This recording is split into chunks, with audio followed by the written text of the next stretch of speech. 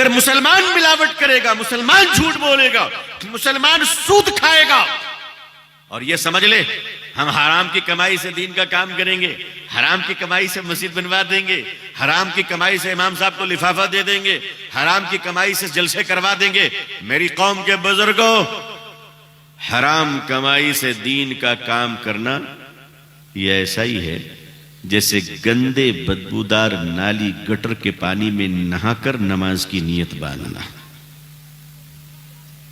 نماز ہوگی؟ جس طرح گندے نالی میں ڈبکی لگانے والا پاک نہیں ہو سکتا، اسی طرح حرام کمائی کو کما کر دین کے کام کرنے والے کے منہ پر دین کے کام پھینک دیے جاتے ہیں۔ میرے بزرگوں، آپ تہیہ کریں کہ اپنی نسلوں کو حلال کھلائیں گے انشاءاللہ۔ اپنی اولاد کو، ہر مسلمان بچے کو عالم ہونا ضروری نہیں، یہ کوئی فرض عین نہیں ہے کہ مسلمان اپنے ہر بچے کو عالم دین بنائے، بن جائے الحمدللہ، خوش نصیبی ہے، لیکن یہ ضروری ہے کہ مسلمان اپنے ہر بچے کو دین کی تعلیم دے، یہ فرض ہے۔ اتنا تو پڑھا دے، ڈاکٹر صاحب، انجینئر صاحب، پروفیسر صاحب، بیرسٹر صاحب، منسٹر صاحب، اللہ آپ سب کو خوش رکھے، صرف اتنا کیجئے کہ اپنے بچے کو اتنا پڑھا دیجئے کہ باپ کے جنازے کی نماز اولاد خود پڑھا سکے، بس اتنا آپ کیجئے، اور زیادہ کچھ نہیں۔ ڈاکٹر صاحب کا بچہ کھڑا ہو کر کہے کہ اپنے باپ کے جنازے کی نماز میں پڑھاؤں گا، یہ اس کا ادھیکار ہے، یہ اسلام میں اس کو اجازت ہے، مگر اس قابل ہوگا تب تو۔ اس کو تو خالی اس لیے بیٹا بنا کے رکھا ہے کہ بیٹا جب ہم مریں گے تو جائیداد کو ہڑپ لینا، اور بہنوں کا حق بھی مت دینا۔ آج کل تو 90% مسلمان اپنی بیٹی کا حق نہیں دے رہا اپنی جائیداد میں، اور بنا ہوا ہے بڑا دیندار، مسجد کا متولی اور مدرسے کا صدر۔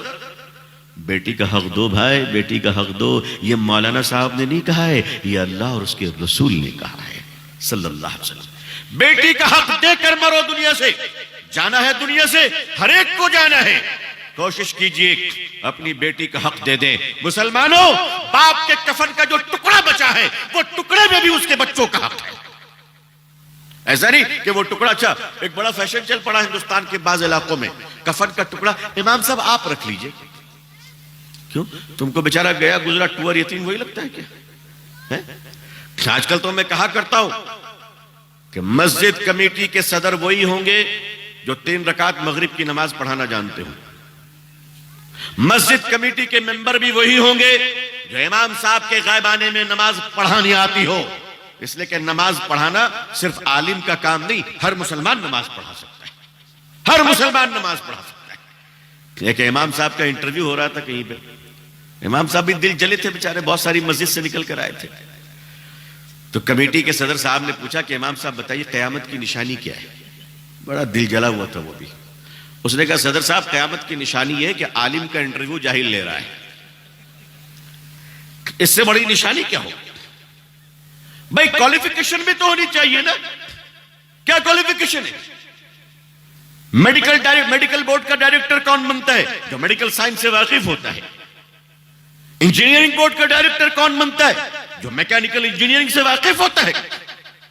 ہم میں سے ہر مسلمان کو دین معلوم ہونا چاہیے تاکہ وہ مسجد اور مدرسے کو اتنے اچھے طریقے سے چلائے کہ ہم سماج کو تیار کر سکے، ہم سوسائٹی کو تیار کر سکے۔ میرے بزرگوں، اپنی اولاد کو اس لائق بنا دو کہ جب مسلمانوں کے بچے سڑک پر چلے تو دنیا دیکھ کر یہ کہنے پر مجبور ہو جائے کہ اللہ، اگر امت اتنی اچھی ہے تو امت کا رسول کتنا اچھا ہوگا صلی اللہ علیہ وسلم۔ دعا فرمائیے کہ اللہ تعالیٰ پوری دنیا میں ہم سب کو اسلام کی عزت دیکھنا نصیب فرمائے۔ اللہ اقوام عالم اور اہل ہندوستان کے دلوں میں اسلام کے لیے اور مسلمانوں کے لیے جذبہ محبت و احترام پیدا فرمائے۔